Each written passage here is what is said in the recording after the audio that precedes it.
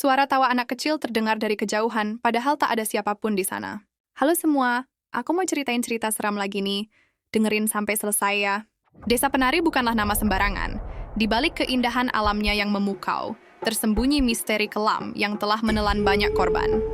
Sekelompok mahasiswa KKN dari berbagai universitas, dengan penuh semangat memutuskan untuk mengabdikan diri di desa terpencil ini. Awalnya suasana desa tampak begitu damai dan masyarakatnya ramah.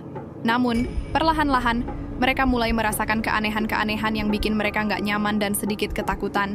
Suara tawa anak-anak terdengar di malam hari, padahal tidak ada satupun anak bermain di sekitar posko KKN.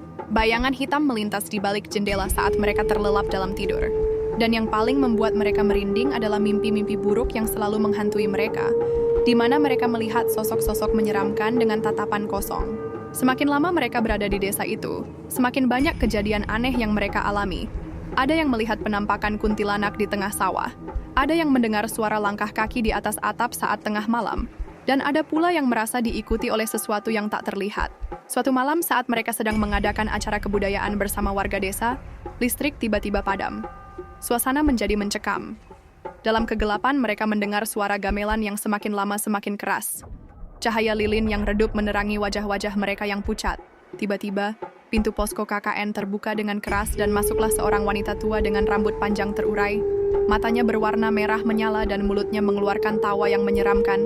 Kejadian itu menjadi titik puncak dari teror yang mereka alami. Sejak saat itu, mereka memutuskan untuk meninggalkan desa Penari. Namun, perjalanan pulang mereka tidaklah mudah. Hutan yang harus mereka lewati terasa begitu luas dan menyeramkan. Mereka tersesat dan terus dikejar oleh sosok-sosok misterius. Salah satu anggota KKN, sebut saja Andi, tiba-tiba merasa tidak enak badan. Tubuhnya panas tinggi dan ia terus mengigau.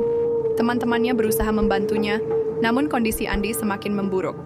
Ia melihat hal-hal yang tidak bisa dilihat oleh orang lain dan terus berteriak histeris. Akhirnya mereka sampai di sebuah sungai yang airnya berwarna. Di tengah sungai mereka melihat sebuah batu besar dengan tulisan kuno yang tidak mereka mengerti. Saat mereka menyentuh batu tersebut, tubuhnya tiba-tiba memancarkan cahaya terang dan kemudian menghilang. Teman-temannya yang lain sangat terpukul dengan kejadian itu.